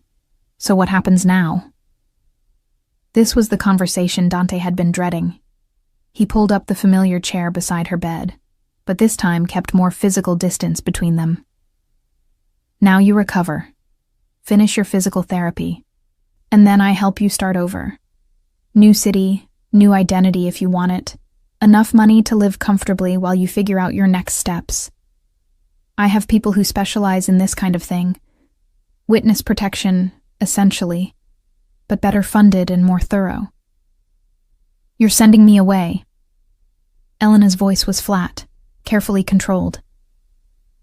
"I'm giving you your life back," Dante corrected. A life free from the danger that comes from being associated with me. What if I don't want that life? Elena asked, and there was steel underneath the calm. What if I want to stay in New York, keep working at St. Mary's, see where things go with the man who saved my life? Then you'd be making a mistake, Dante said firmly. Elena, I've spent the past 2 weeks securing your safety from external threats, but I can't protect you from the inherent danger of my world. There will always be another rival organization, another political situation, another complication that could put you in the crossfire. The only way to truly keep you safe is distance. You're a coward. The words were quiet, but devastating. Dante flinched as if she'd struck him. What? Elena sat up straighter, her eyes blazing with an emotion Dante couldn't quite name. You heard me. You're a coward, Dante Morelli. You're willing to threaten mob bosses, start wars, face down armed killers, but you're terrified of admitting that you care about me, that you might actually want something beyond revenge and power and control. That's not— Yes, it is, Elena interrupted. You're hiding behind this noble sacrifice routine, telling yourself you're protecting me by pushing me away. But really, you're protecting yourself. Because if I stay, if we try to make this work, you might actually have to be vulnerable. You might have to admit that the big bad mob boss has feelings, and that terrifies you more than any enemy ever could. Dante stood abruptly, anger and something else, something that felt dangerously close to hope, warring in his chest. You don't understand what you're asking for. Then explain it to me, Elena demanded. Stop making decisions for me and talk to me like I'm a person with agency, not some fragile thing that needs to be locked away for safekeeping. I'm a pediatric nurse, Dante. I deal with life and death situations every day. I make impossible choices about treatment and care. I'm not as helpless as you seem to think. I never said you were helpless, but you're treating me like I am. Like I can't possibly understand the risks or make my own decisions about what I'm willing to accept. Elena's voice softened slightly. I know your world is dangerous. I know being with you would mean accepting risks that most people never have to consider. But Dante, life is risky. Children get cancer. Good people get shot in parking lots. There are no guarantees for anyone, mob boss or pediatric nurse. Dante turned to face the window, unable to meet her eyes while his carefully constructed defenses were crumbling. My father used to say that our kind doesn't get to have normal lives. That love is a luxury we can't afford because it makes us weak, gives our enemies leverage. I watched him push away every genuine connection he ever had, turn himself into this cold, isolated figure, and I swore I wouldn't be like him. But maybe he was right. Maybe caring about someone the way I care about you is exactly the kind of weakness that gets people killed. Or maybe, Elena said softly, caring about someone is what makes us human, what separates us from the monsters we're afraid of becoming. Silence filled the room, broken only by the ambient sounds of the medical facility. Finally, Dante spoke without turning around. When you were in surgery, fighting for your life, I made a promise. I told you, even though you couldn't hear me, that I would make sure you were safe, that I would take care of the people responsible and protect you from any future threat. I've kept that promise, Elena. The question is, how do I protect you from the biggest threat of all, which is me? You don't, Elena replied simply. You let me decide if being with you is worth the risk. You give me information, honesty, and trust that I'm adult enough to make my own choices. And then you accept whatever I decide, even if it's not what you think is best for me. Dante finally turned to face her, seeing her clearly for perhaps the first time since all of this began. Elena Vasquez wasn't some innocent victim who needed saving. She was strong, capable, and determined. Someone who'd chosen a career dedicated to saving others, despite the emotional toll. someone who'd face down danger with courage instead of surrender. She deserved better than his assumptions about what she could handle. "If you stay," he said carefully, "if we try to make this work, there will be rules, security measures, things you'll have to accept about how I live and what I do. I can't change who I am, Elena. I can't suddenly become legitimate or leave my family business, not without starting a war that would endanger everyone I'm responsible for." "I'm not asking you to change who you are," Elena replied. "I'm asking you to let me in, to stop trying to protect me from yourself and trust that I know what I'm getting into." "You don't, though," Dante insisted. "You can't possibly understand what it means to be involved with someone like me. The surveillance, the threats, the constant awareness that someone might try to use you as leverage, the knowledge that people I've hurt might seek revenge through you. That's not a life, Elena. That's a prison. And yet you live it every day," Elena pointed out. "Your sister lives it, your nephew, everyone in your organization. If they can find meaning and connection despite those risks, why can't I?" "Because I couldn't survive losing you," Dante thought but didn't say. "Because you've become the thing I care about most. And that makes you the most dangerous vulnerability I have." But looking at Elena, seeing the determination in her eyes and the set of her jaw, Dante realized that continuing to push her away wasn't noble. It was selfish. He was making decisions based on his own fear, not her actual needs or desires. And if there was one thing Dante had learned in his years running the family, it was that fear-based decisions rarely led anywhere good. "All right," he said finally, returning to sit beside her bed. "If you're sure about this, if you really want to try, then we do it carefully. Security detail whenever you leave the facility. Background checks on anyone new in your life. Regular sweeps of your apartment for bugs or tracking devices. You'll hate it, Elena. It'll feel invasive and paranoid and exhausting." "Probably," Elena agreed. "But I'll hate being shipped off to some random city to start over even more. And I'll regret not taking this chance for the rest of my life." Dante took her hand, marveling at how such a simple gesture could feel so significant. "I don't know how to do this. Relationships, normal ones where people care about each other and aren't constantly preparing for betrayal or attack. My world doesn't have a roadmap for that." "Then we'll figure it out together," Elena said, squeezing his hand gently. "One day at a time. Starting with you actually visiting me when I'm awake, instead of sneaking in while I'm asleep like some kind of worried ghost." Despite everything, Dante felt a smile tugging at his lips. "I wasn't sneaking. I was. Checking on your condition." You were reading to me," Elena corrected. "Dr. Tanaka told me. Children's stories.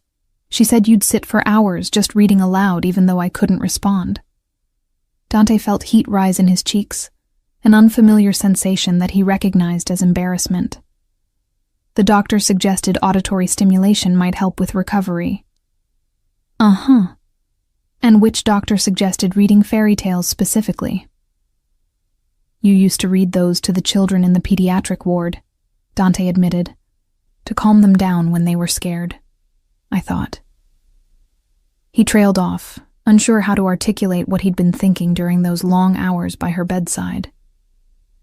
"You thought they might comfort me too," Elena finished softly. "That's possibly the sweetest thing anyone's ever done for me." "Don't get used to it," Dante said, but there was no heat in his words. "I have a reputation to maintain."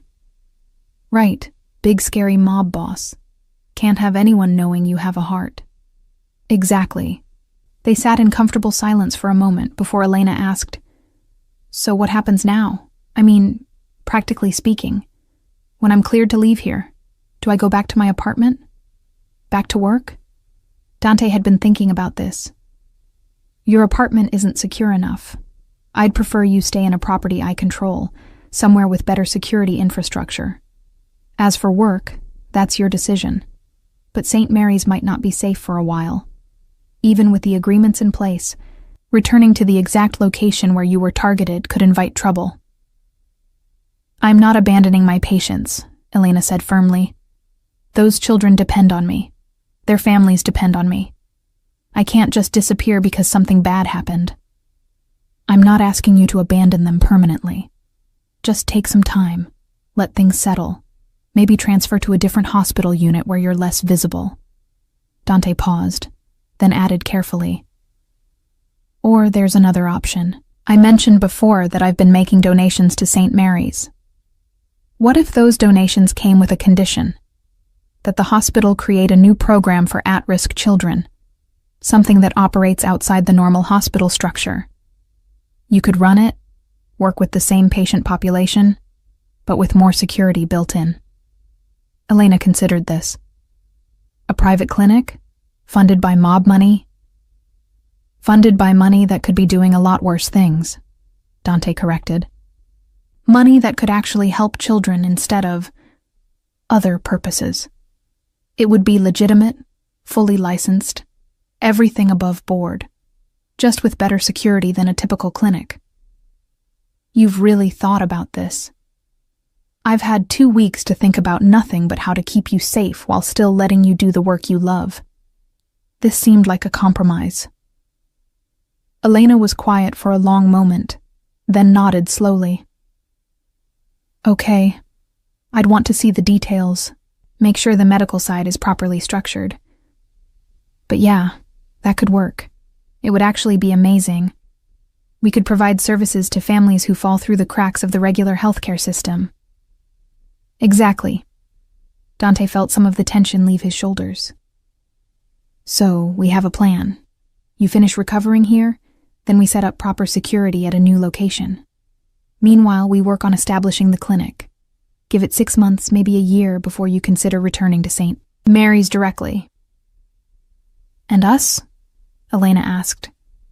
What's the plan there?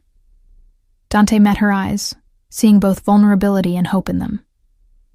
Honestly, I have no idea. I've never done this before, caring about someone enough to want to protect them from myself. So we take it slow, figure it out as we go. I'll try not to be too overbearing with the security measures. You try not to take unnecessary risks. And we both try to be honest about what we want and what we're afraid of. That sounds surprisingly healthy for a relationship starting under these circumstances. Don't get too excited. I'll probably screw it up somehow. I'm not exactly known for emotional intelligence or healthy communication. Elena laughed, the sound surprising both of them. It was the first time Dante had heard her laugh since before the shooting, and it was like sunlight breaking through storm clouds. Well, lucky for you, I'm extremely patient. Comes with the job. You can't work with sick children without learning patience. I'm not a child, Dante protested. No, but you're definitely wounded, emotionally at least, and helping wounded things heal is kind of my specialty. Dante wanted to argue, to insist he wasn't wounded or broken or in need of healing. But looking at Elena, seeing the warmth and acceptance in her eyes, he found he couldn't. Maybe he was wounded. Maybe his father's cold isolation and his mother's early death and all the violence he'd witnessed and committed had left scars that ran deeper than he'd ever acknowledged. And maybe, just maybe, letting someone try to help heal those wounds wasn't weakness. Maybe it was the bravest thing he'd ever done. You know what I remembered while I was unconscious? Elena said suddenly. That fundraiser you attended at the hospital. You were so out of place among all the doctors and administrators and wealthy donors. Everyone could tell you didn't really belong in that world. But then you spent the entire evening talking to the patients, the children we'd invited to show what the hospital was doing. You ignored the wealthy donors and the politicians and just sat with kids, asking about their treatments and their lives. I watched you, and I thought, that's someone who understands what really matters. I hate fundraisers, Dante admitted. All that forced socializing and small talk. But the kids were genuine. They didn't care who I was or what I did. They just wanted someone to listen. Exactly. And that's why I started falling for you. Because underneath all the power and reputation and control, you're someone who cares about protecting the vulnerable. You just show it in different ways than most people. Dante felt something unfamiliar and uncomfortable in his chest. Vulnerability, maybe, or hope, or both. I don't know if I can be the person you seem to think I am, Elena. You don't have to be anyone other than who you are. That's enough. Over the next week, as Elena continued her recovery, and Dante arranged the various practical matters involved in their new arrangement, something shifted between them. The awkward distance that had characterized their relationship before the shooting gave way to easier conversation, shared silences that felt comfortable rather than tense, and a growing sense of partnership. Dante found himself sharing details about his life he'd never told anyone outside his immediate family. The pressure of leadership, the weight of being responsible for hundreds of people's livelihoods, the constant balancing act between violence and restraint. Elena listened without judgment, offering perspectives that were refreshingly different from the typical mob mentality Dante dealt with daily. In turn, Elena opened up about her own struggles, the emotional toll of working with dying children, the burnout that plagued pediatric healthcare workers, the guilt she felt when she couldn't save everyone. Dante recognized in her stories the same kind of survivor's burden he carried, the knowledge that you'd done your best, but it sometimes wasn't enough. They were, he realized, more similar than they'd initially appeared, both dedicated to protecting those weaker than themselves, both willing to make personal sacrifices for people under their care, both scarred by the impossibility of saving everyone. The difference was that Elena channeled her dedication into healing, while Dante's path had led to violence. But maybe, those paths could coexist without destroying each other.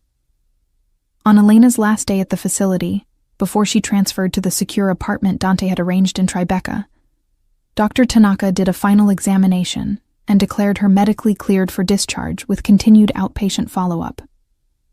"You've healed remarkably well," Dr. Tanaka told Elena.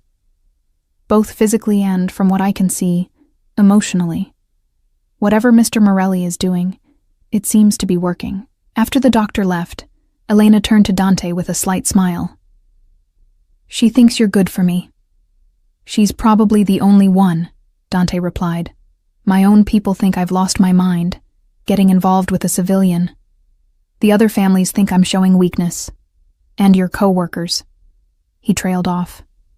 "My co-workers don't know," Elena finished. "And they don't need to. This is my life, my choice. What anyone else thinks about it is irrelevant." As they prepared to leave the facility, Dante's phone buzzed with a message from Marco. "Everything's ready. Apartment secured. Security team in place.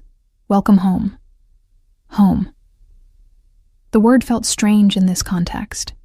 The Tribeca apartment had been purchased months ago as a safe house, a backup location for when primary properties were compromised. But now it would be Elena's home, and by extension, a place where Dante could be something other than just the boss. A place where he could be simply Dante, the man who'd fallen for a nurse who saved lives while he took them.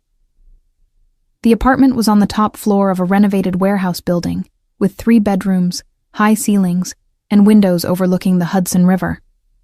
Marco had overseen the furnishing personally, working from a list Elena had provided of essentials and preferences. The result was surprisingly homey, nothing like the sterile luxury of Dante's usual properties, but rather a space that felt like it could actually be lived in. "It's perfect," Elena said, walking through the rooms with obvious delight. "Marco has surprisingly good taste in furniture." "Don't tell him that," Dante warned. "He'll never let me hear the end of it." Elena turned to face him, her expression turning more serious.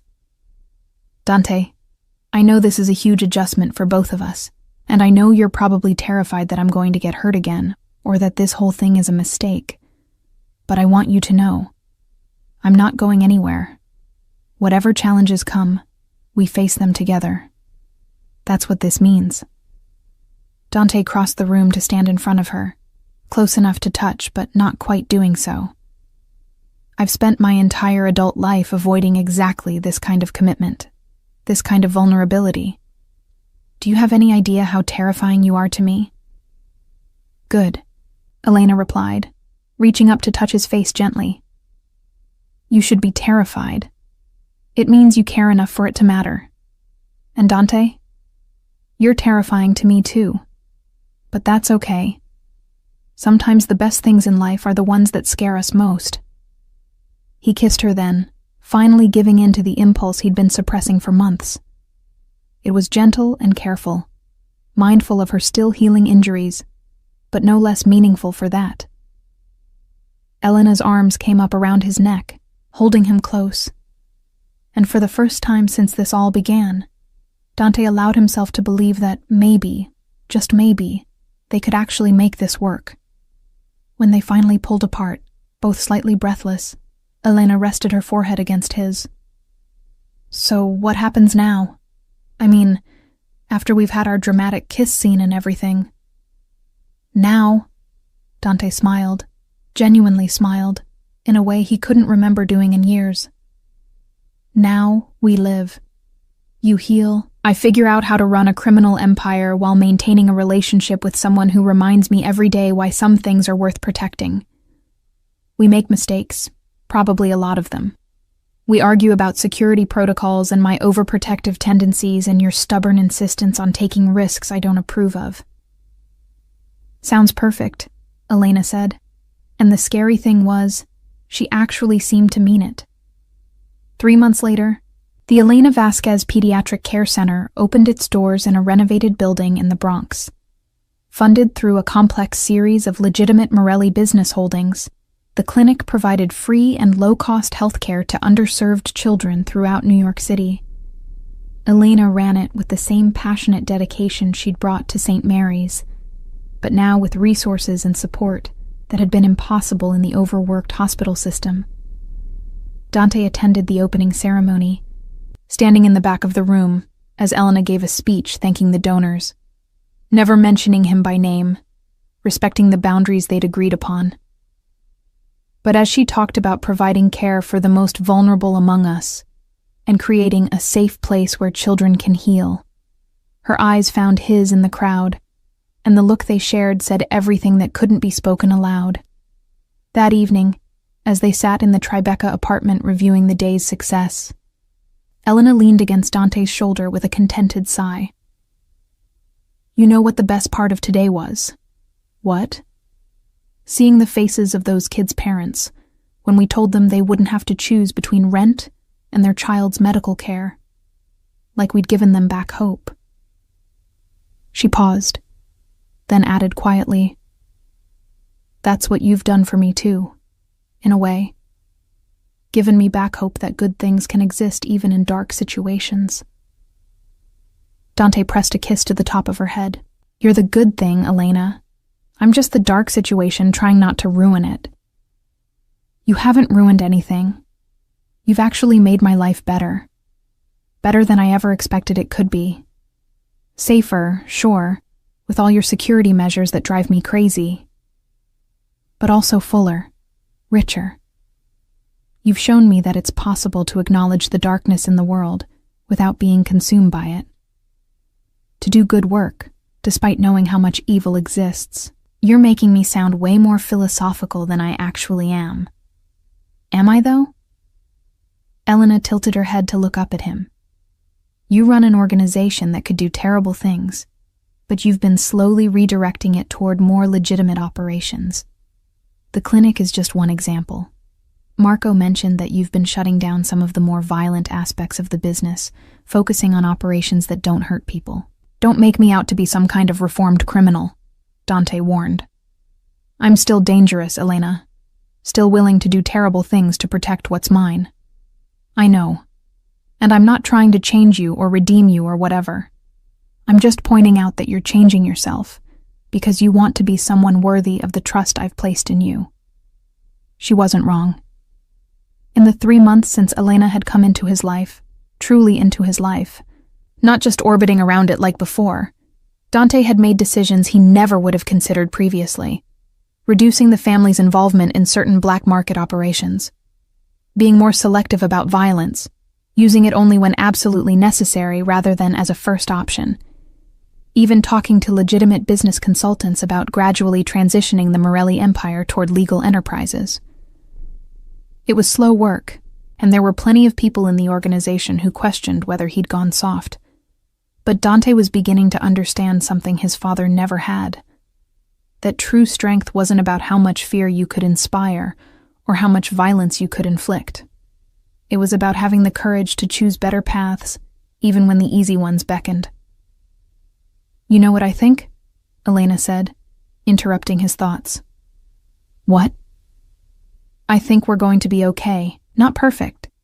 We'll have bad days and disagreements and probably some seriously scary moments. But okay, maybe even happy."